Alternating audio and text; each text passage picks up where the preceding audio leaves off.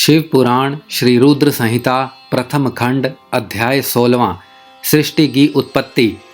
ब्रह्मा जी बोले, नारद, शब्द आदि पंचभूतों द्वारा पंचकरण करके उनके स्थूल आकाश, वायु, अग्नि, जल और पृथ्वी, पर्वत, समुद्र, वृक्ष और कला आदि से युगों और कालों की मैंने रचना की तथा और भी कई पदार्थ मैंने बनाए।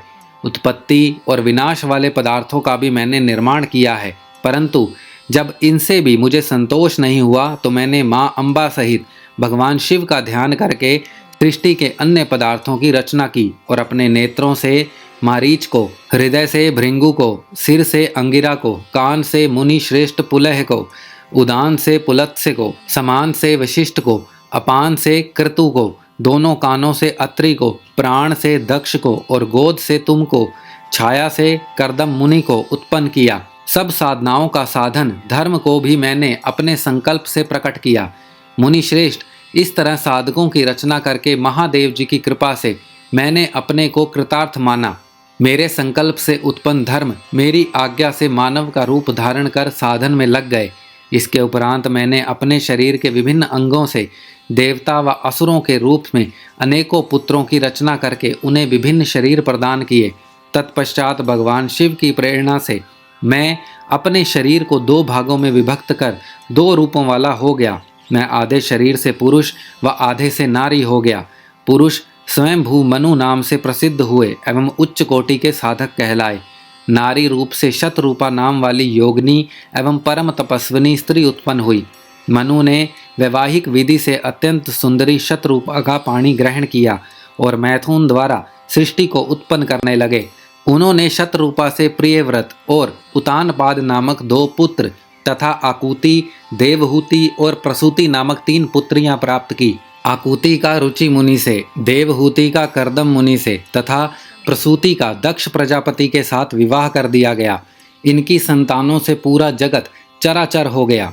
रुचि और आकुति के वैवाहिक संबंध में यज्ञ और दक्षिणा नामक स्त्री पुरुष का जोड़ा उत्पन्न हुआ।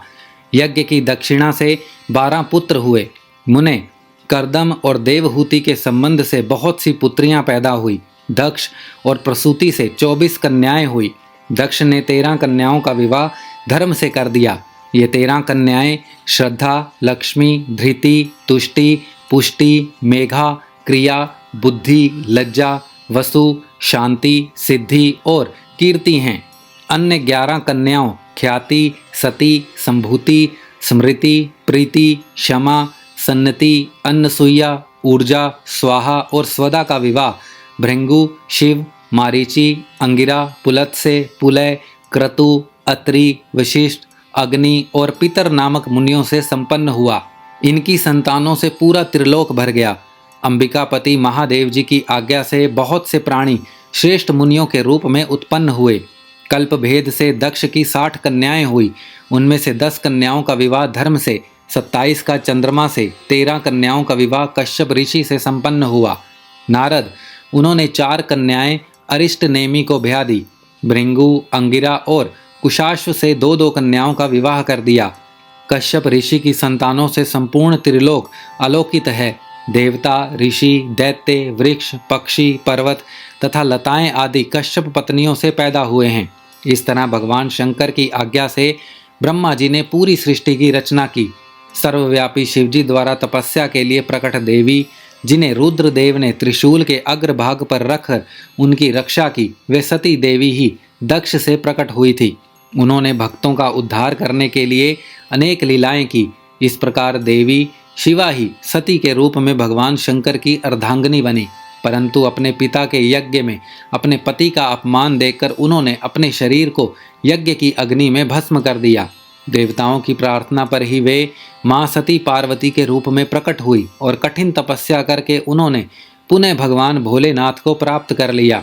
वे इस संसार में कालिका, चंडिका, भद्रा, चामुंडा, विजया, जया, जयंती, भद्रकाली, दुर्गा, भगवती, कामाख्या, कामदा, अम्बा, मृडानी और सर्वमंगला आदि अनेक नामों से पूजी जाती हैं। देवी के ये नाम भोग और मोक्ष को देने वाले हैं। मुनि नारद, इस प्रकार मैंने तुम्हें सृष्टि की उत्पत्ति की कथा सुनाई है। पूरा ब्रह्मांड भगवान शिव की आज्ञा से मेरे द्वारा रचा गया है। ब्रह्मा, विष्णु और रुद्र आदि तीनों देवता उन्हीं महादेव के अंश हैं। भगवान शिव निर्गुण और सगुण हैं। वे शिवलोक में शिवा के साथ निवास करते हैं।